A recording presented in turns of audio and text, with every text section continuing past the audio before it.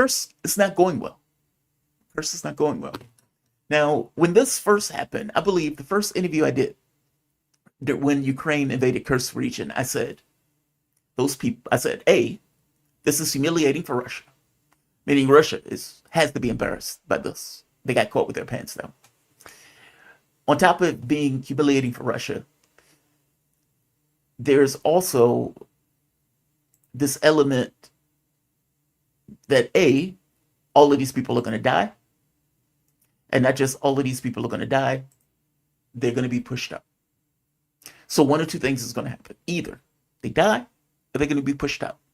Now, as I was saying this, what you got from Western media was triumphalism.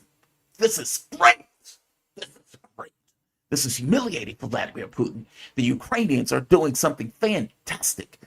And you got general after general going on one news network in the West after the next, talking about how humiliating this is, which it is. It's a military disaster, or not a disaster, but at the very least a humiliation.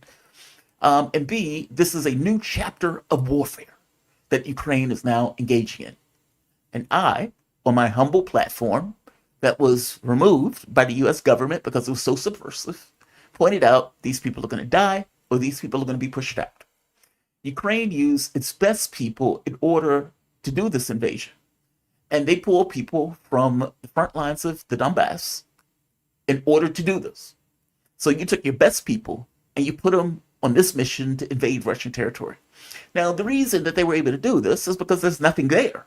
Meaning there's no military reasoning in order to take and invade Kursk. So it wasn't necessarily something that Russia invaded or protected all that fervently in the way that they would invade vital areas.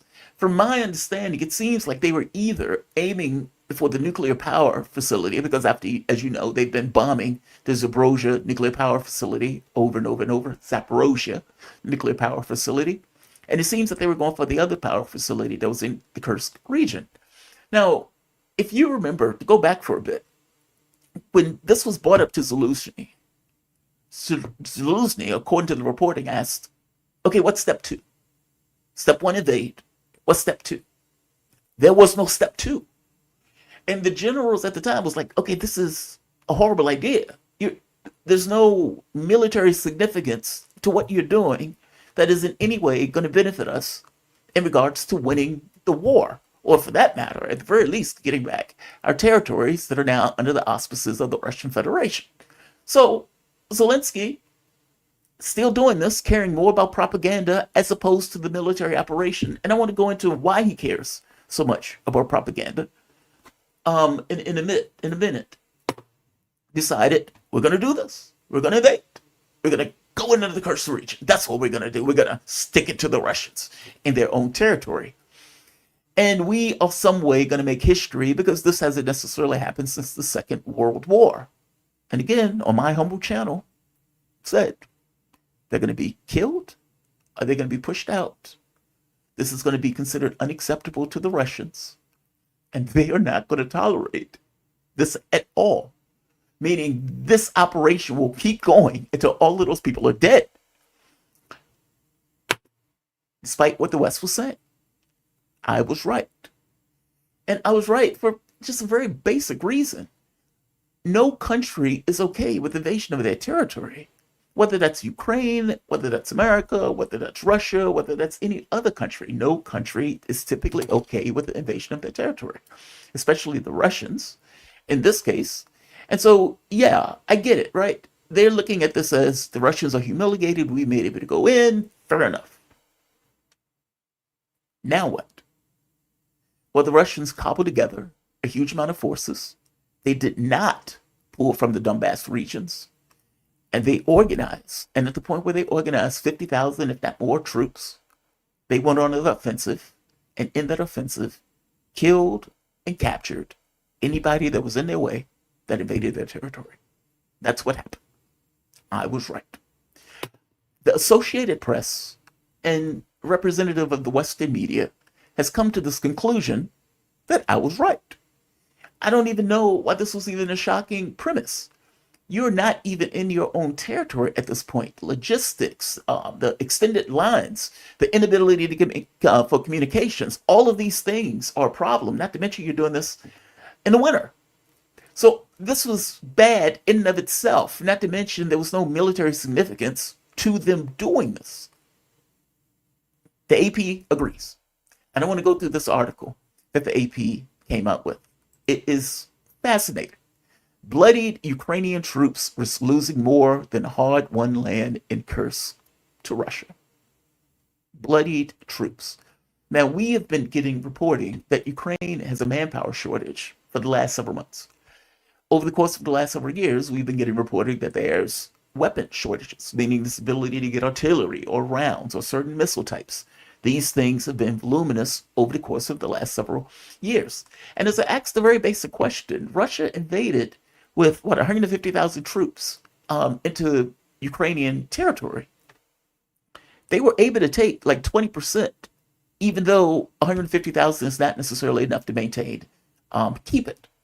If they were able to do that with 150,000, they're sitting on nearly 1 million men at this point, and Ukraine has manpower shortages. How on earth did they ever expect to survive this?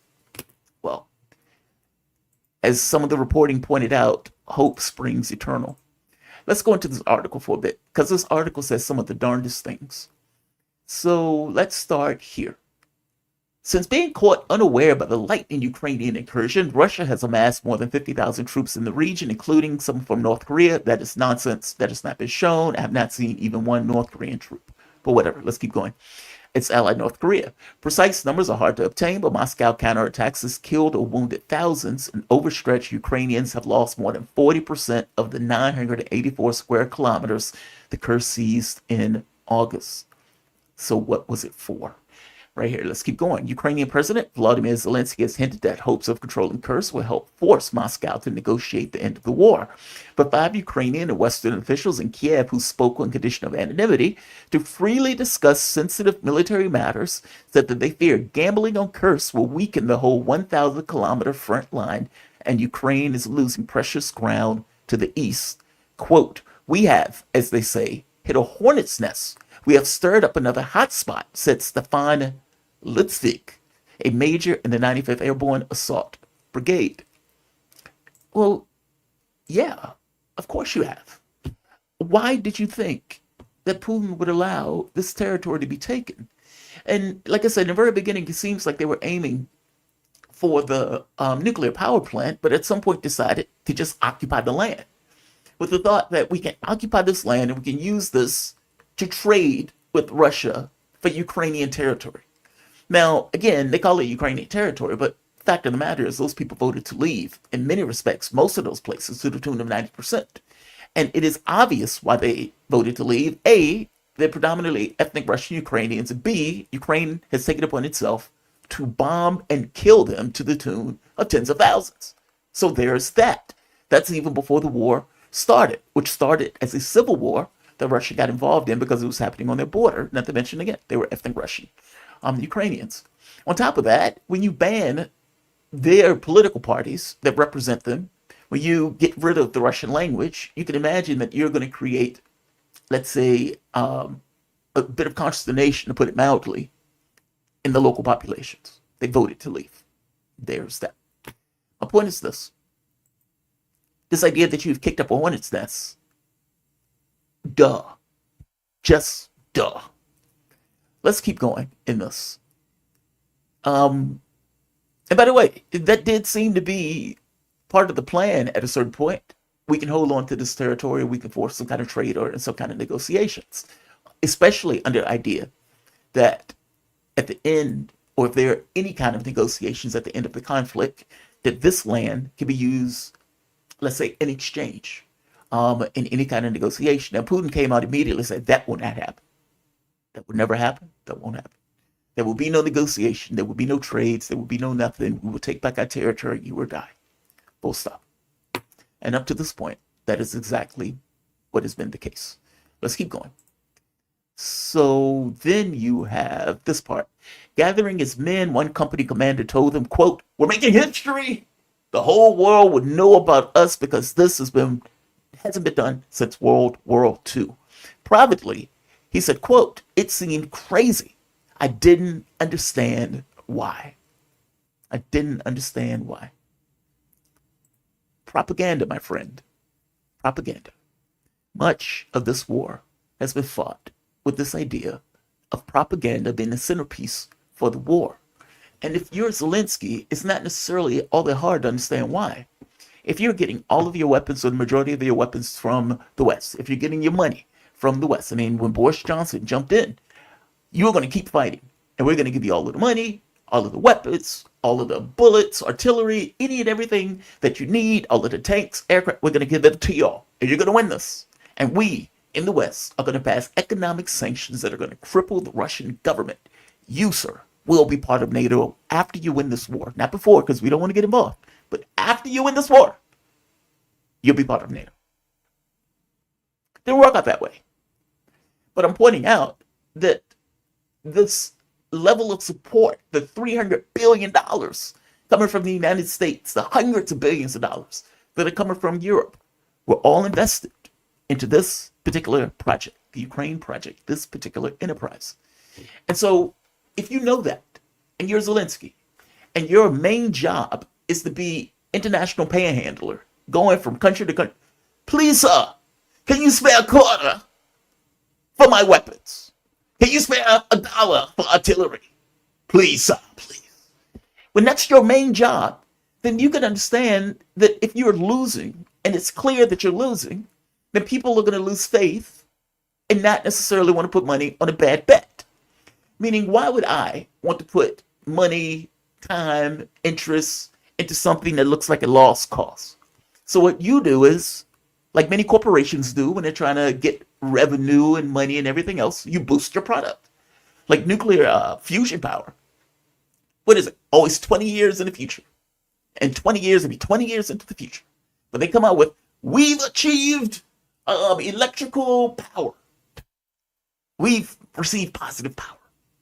And then when you look into the details, you realize, okay, this is nonsense. I'm saying that Ukraine, in many respects, was the same thing. Zelensky, as head of that war, in many respects, understood that his capability of getting money, arms, and everything else had to show some positive gain for the revenue that they were putting in to Zelensky. And so a lot of this war became propaganda. We're doing our offensive. We're going to have our offensive. This offensive is going to take place. They were doing videos and promos of the offensive that is going to take place. Think about how weird that is. Usually militaries don't necessarily, advertise when they're about to do an offensive because surprise is a benefit to the offensive. Ukraine didn't follow that policy because, again, this wasn't a typical normal war with sides are being fought. Russia doesn't put out promos for an offensive that it's about to do. They just do it. But that's not the way Zelensky and Ukraine was fighting this war, because from their point of view, that's the way they had to fight the war. And so, yeah, we need to show our Western backers that we're getting something done. We need to get something accomplished. I know. Let's invade Kursk. It's bold. It's brave. And yeah, we're going to get thousands upon thousands upon thousands of Ukrainians killed for this promotional ad of sorts.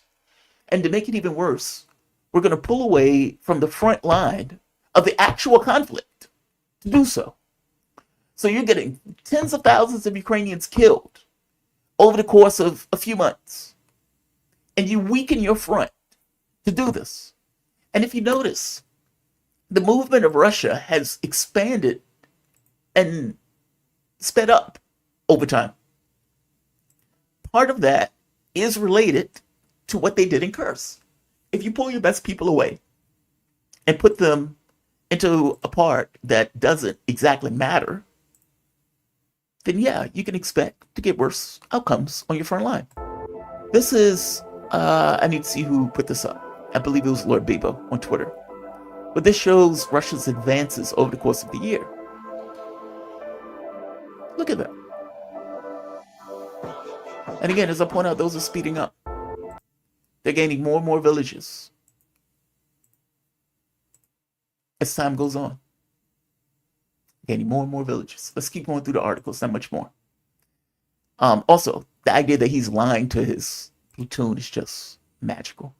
Let's keep going this part. Another commander said that some of the orders that his men have received don't reflect reality because of delays in communication. Delays occur, especially when territory is lost to Russian troops, he said.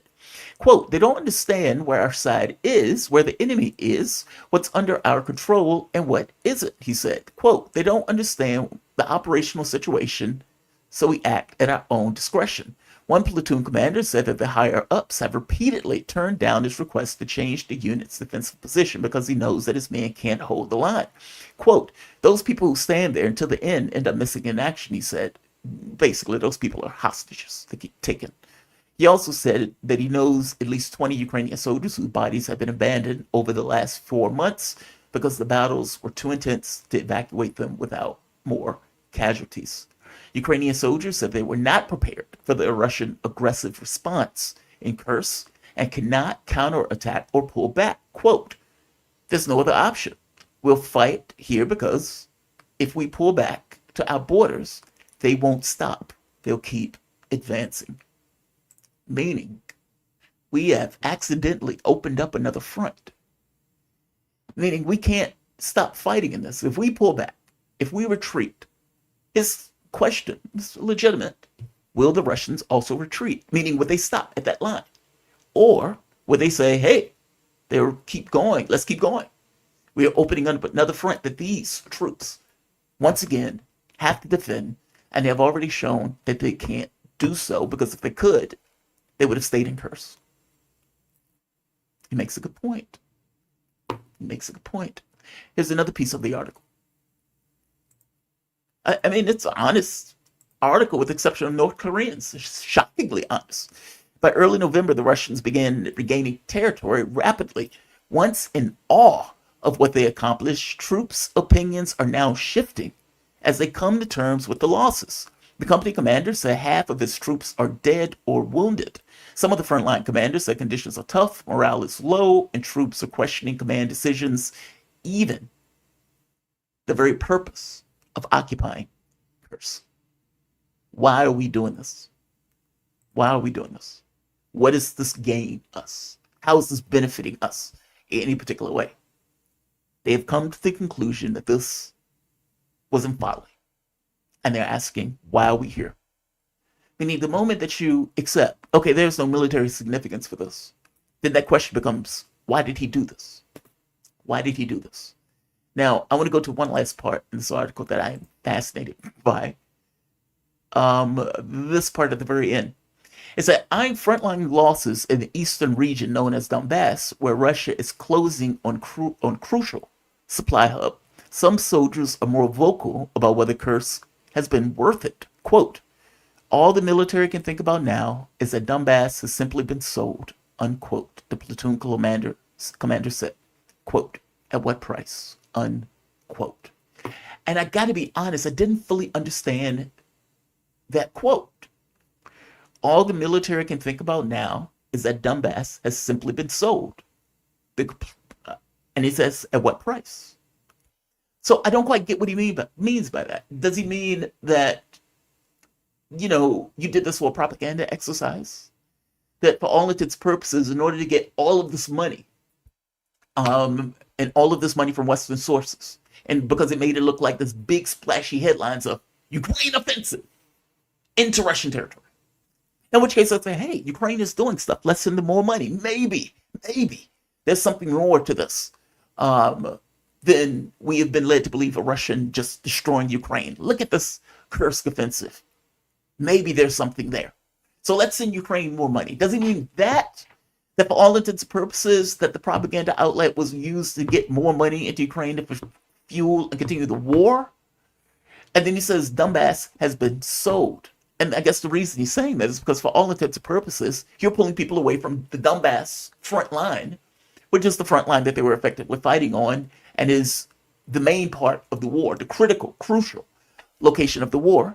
And you've done that for propaganda to get money from the West.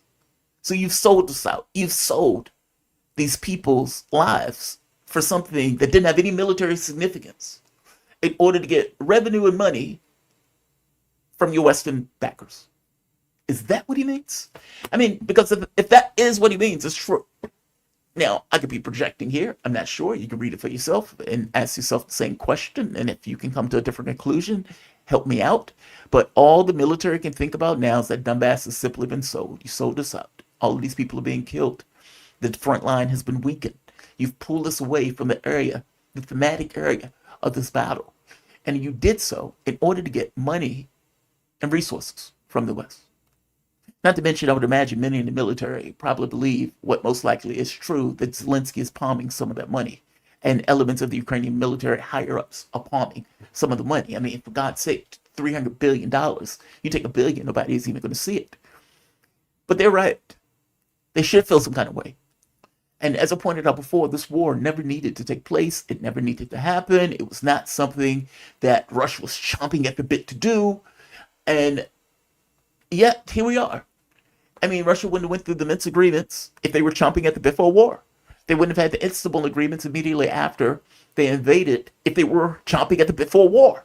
None of these things bespeak of chomping at the bit for a war. If anything, much of the West has been flat out propaganda that has been advertised and pushed to Western media outlets. I mean, for God's sake, this North Koreans are in the war. Show me one. Show me one. Just show me one. They're not in the war. Are they potentially training, not on the front lines or on the battlefield, but getting logistical know-how? Maybe. Are they fighting to the tens of thousands or thousands in the war? Oh, hell no. Oh, hell no. And as I keep pointing out, it has not been shown or demonstrated or displayed in any particular fashion. It's just been stated. And the Western media ran with it. It's astonishing that they can do that, and yet they do it. But the entire war has been this way. And for all intents and purposes, from the Ukrainian standpoint, the propaganda angle has been a big part of the way that they've waged this war. That's what I kept saying in the very beginning. At some point, propaganda fails to reality. And here we are. Propaganda, at some point, fails to reality. At some point, you got to put up or shut up. Something changes. Something comes across that you can't necessarily poo-poo away with your propagandistic rhetoric, because reality asserts itself. And I think that's what we're seeing now. Reality asserting itself. Kursk was an unmitigated disaster. Full stop. And it seems that the troops on the front line, even by Western accounts, at this point, are acknowledging such. Zelensky sold them out to get more guns and weapons to keep a war going that even at this point, the majority of Ukrainians don't want to continue. Don't take my word for it. The Gallup polling points that out. Over 50% want this war to end, despite all of the rhetoric and everything that's coming out of the West. At some point, Ukrainians are going to realize that they were sold a bag of goods, that this wasn't a situation that was in their best interest. It wasn't to their benefit. If anything, Western powers wanted to get a platform on the border of Russia, and he used Ukraine to do it. And they were willing to risk or get rid of hundreds of thousands of Ukrainians in order to stick it to the Russians and get this kind of end on the Russian government. If you look at the way NATO has expanded, it has expanded to the Russian border, not the other way around. And Ukraine was going to be the latest bit of expansion if they were going to be able to win the war. Well, they're not going to win the war. From Russia's point of view, this was existential, and they responded as such. So I don't know why they were shocked that Russia was going to respond to Ukraine in this way when they invaded their territory. I would say Putin has been far more pragmatic than what an American would have been in trying to prevent a third world war, whereas the West has been far more provocative in their actions on this front. Either way, that's a secondary conversation. In this very specific case, Ukraine has come to the conclusion, or at the very least the people on the front lines that are dying, face in the dirt, have come to the conclusion, I suppose, as their last thought, as they leave this plane of existence, that this was a mistake.